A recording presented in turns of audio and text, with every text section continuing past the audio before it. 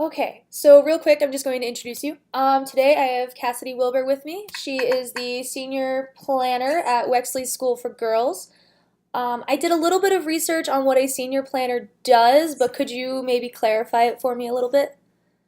Sure. So I'm a senior strategic planner here at Wexley School for Girls. So I work with clients in the creative team to connect the dots between a client's strategic problem and what the creative solution is going to be. It kind of breaks out into two parts. We're talking about the problem. We're looking at defining the problem first off, and then what do we need to fill the holes in order to create a strategic platform that the creative can leverage to solve that problem. Okay. And then the other side is working with the creative team to develop those creative solutions. So whether that's a big idea, mantra, maybe some internal training at the client's office for their Okay. team, or a TV campaign. It could be anything. Okay. Sorry. That was my email. Oh, okay. I thought it might have been my computer. That sounds very interesting. That sounds like a lot of fun, actually. Um, so I do have a couple of questions that I wrote up, but do you have any, just based on what you do for Wexley School for Girls, do you have any predictions of what the future of online marketing will be, or would you rather me just go right into the questions? I think the hottest topic right now in terms of online is ad blocking. Hmm. And, it's kind of the eternal question, is advertising spam? And to a lot of people, it qualifies as the definition of spam. Yeah. However, when done, well, advertising at its best is connecting people with things that they're interested in an entertaining and engaging way. And that's definitely what we strive to do here at Wexley. We're definitely known in the industry as a creative Hmm. agency, and that creativity is really only possible because we're thinking through things all the way, not just doing fun stuff for the sake of fun stuff, but doing it in a smart way.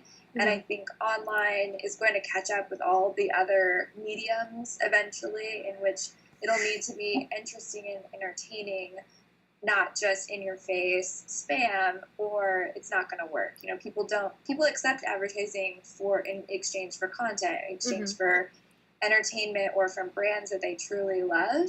um, but everything else is sort of noise that gets in the way of their life. I would definitely agree with that. My husband is one of those people that he doesn't like ads unless they're entertaining. Um, so, kind of along those lines, we had he works for Lumen Ad. He's the owner of it, Ryan Hansen. He's here in Missoula.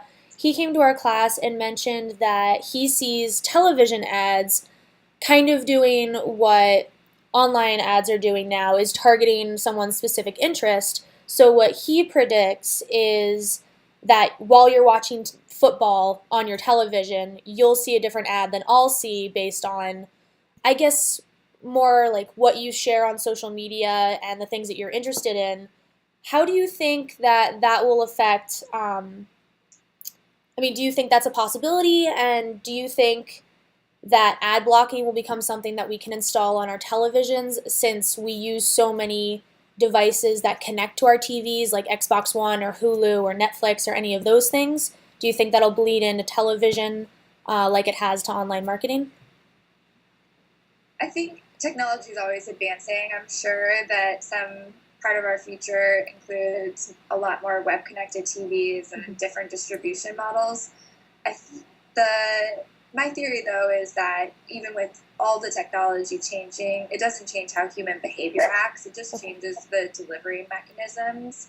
And yes, there'll be different challenges for marketers, but if you're looking at connecting with people with a brand that they could be interested in and would like to engage in, it's more important to talk to them like a real person Mhm. from that brand and to use their why. What are they doing and why are they doing it? And why does that connect with you? If you look at, for instance, the Cheerios recent campaign, they're looking at parents and families, and they're reflecting the the truth of what's happening in families in America right now. And yes, some people didn't like that, but a lot of people understood that they understand them and that they're there to help them. And that piece of it, no matter the medium, whether that's digital or online, TV ads, if you will, it's basically what it is when you do pre-roll, or traditional over-the-air media or print or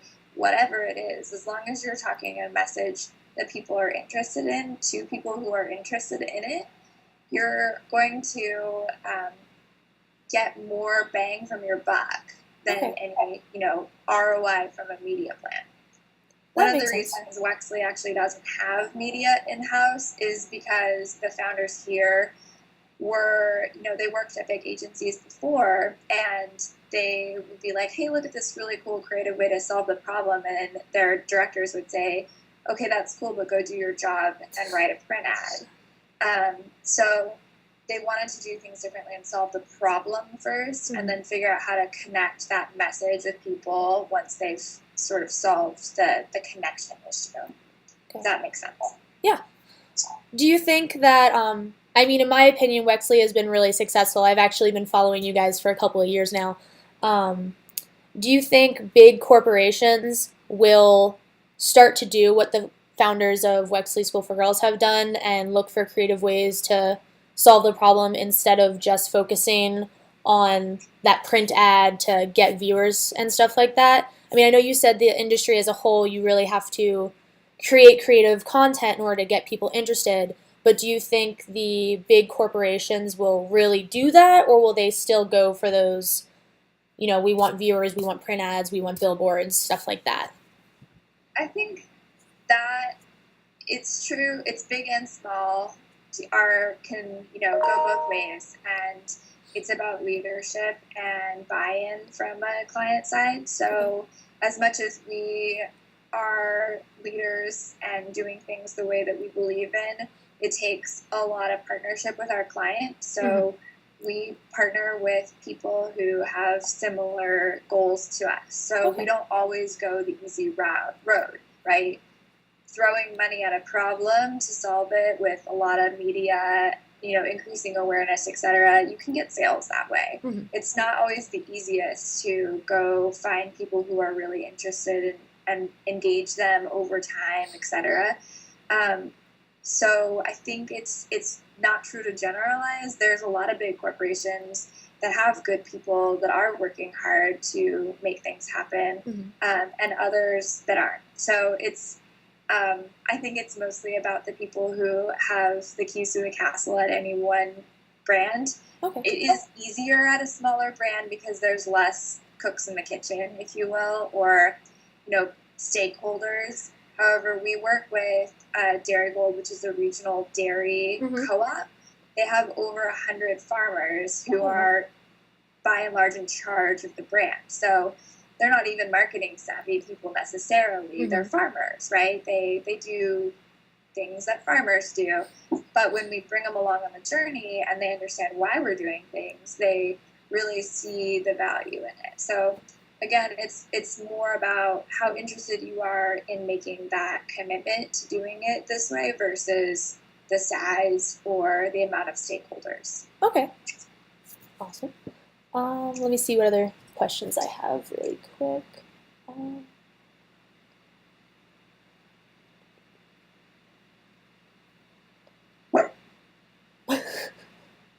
Oliver.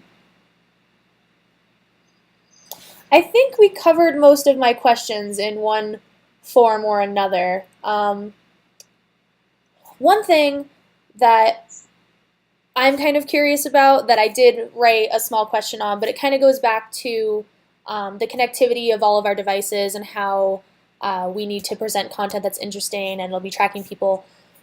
What do you think's, or I guess, sorry, I'm trying to figure out how to phrase the question.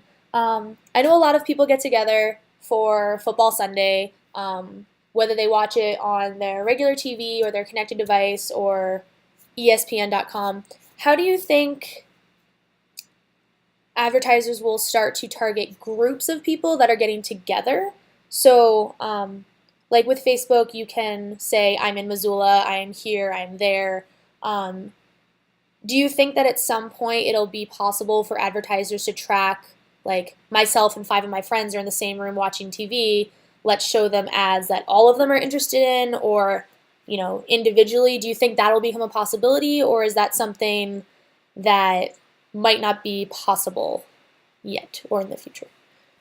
Um, If that made sense, sorry. it's okay. I think technology is making a lot of things like that possible. There's, you're allowing, for instance, Google to track your whereabouts and hit you up with reminders. Hey, the dry cleaner's around the corner. Don't forget to pick up your stuff. Mm-hmm. So possibility, yes. I think more interestingly is the intersection of a couple of big macro trends that are happening. One is about connection. Iconoculture, which is a resource we use, calls it beehiving. And it's about people finding connections with other people, whether that's in person or over the internet, through social, etc. And like you said, a lot of people have a connection over football. That's not something that technology necessarily has brought around, but other things are, technology driven. And then the ability for brands to bring usefulness to what you're doing. So if you think again about Google, they're bringing usefulness. They're giving you something, a benefit for choosing to be with them through their technology and through allowing them to know where you are and who you're with. And I think consumers will be really receptive to something that's giving them something that they need or want. And otherwise, if it's sort of like, let me track you so I can send you more advertising that you don't necessarily need or want, probably less open to that. But if you said, hey, all my friends are on this app or allowed to be tracked by this, and when we're together, it's going to know that we're having a party and ping me with recipes that I might be interested in. Or it knows that three of my friends are vegetarian, so it's going to suggest that I pick up whatever at the store. So I think if there's a layer of usefulness and that technology are meeting, so people getting together, the beehiving trend, Ready Set Go, which is the sort of techno morphing, like everything's kind of on the go anymore and tailored to you. So using big data and that kind of stuff for good is definitely a welcome thing. Yeah. I think where it gets into the icky feeling is when it's like, oh, I see that you're a 28-year-old woman, you might be having a baby, so I'm going to hit you up with some diaper commercials, Yeah. That's where it starts being like, you don't know me well enough to say that, and who are you to guess that, kind of a thing. So I think when it's useful and good, people embrace it and like it. When it's skeezy and, I think it's the same thing of personal relationships. If you wouldn't walk up to a stranger and say it, it's probably not a great thing to kind of squeeze into somebody's life like that. Yeah, that is true. So kind of along those lines, I think it was a couple years ago at this point, but the baby diaper comment reminded me of it. Target had been advertising in such a way that they actually announced a teenage girl's pregnancy to her parents before she'd gotten a chance to it. At what point do you think that Target marketing and tracking trends, maybe not necessarily a specific person like Target did, but of just the population in general, becomes too invasive? And do you think it'll become a problem in the future just to get ads out to anybody about what they're interested on based on people's more their interest in their privacy? I know recently, this was also a couple years ago, but Twitter and Facebook, and when Google launched their Google Buzz, I believe it was, and they automatically updated Gmail contacts, people weren't really happy about that because they felt it invaded their privacy. How do you think advertising will get around that and create that conversation with people of, hey, we're not trying to be creepy, we're not invading your privacy, we just thought you might like this? When do you think it becomes a problem, or when it's still okay? I think, new technology always brings a question of what's the give and take of privacy versus convenience and helpfulness. And there will always be people who are on both sides of that conversation. I think generally where it nets out, no matter the technology, is that there's some level of permission, right? When streaming content came online, there was some level of permission. I'm willing to watch a certain amount of ads before I see this content, or I'm not. There's, you get a free mobile app game, for instance, and I'm willing to, have a banner ad in the bottom because this game is for free. So like there's like layers of permission, and I think what the usefulness or the desire for the thing gives you some permission to have the advertising or the sponsoredness to it. Okay. It gets different when we're really young, and kids don't always understand the repercussions of things or how it works. And I think that there's a lot of good and useful rules and laws and best practices around that kind of stuff. So you definitely want children to still be children and to have a youth and not have things sort of take advantage of that that mentality as well. So definitely some sensitivity around younger people. Awesome. I like it. Hey, you. Let's see. Yeah, I think that's most of the questions that I came up with. And I think we've definitely reached the time limit for my class. Yeah, we're at 17 minutes. Is there anything else that you would like to say about, I mean, I have a bunch of questions I could ask you about Wexley School for Girls, but that's not necessarily for my assignment. But is there anything that you'd like to say about your position at Wexley, or what you like about marketing, or anything like that? I feel like I talked about Wexley a little bit already.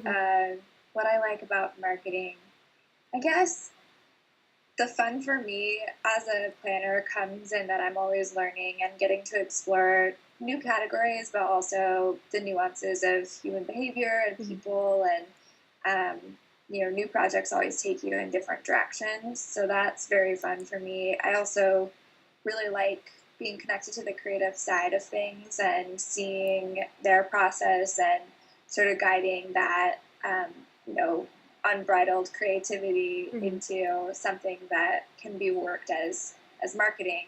And yeah, I guess, Wexley is just a great place in terms of giving that permission to do those kind of things. And, we attract the kind of clients that are interested in that. We actually say that we deflect thousands of dollars worth of business a year by our name. Wexley School for Girls is a little unconventional. But we tend to attract clients that want to do the kind of work that we like to do. So, yeah, and I guess the only thing I would say is this seemed like a pretty interesting project from your class, and I'd love to see the other results that people turn in too. So, yeah, once those are done.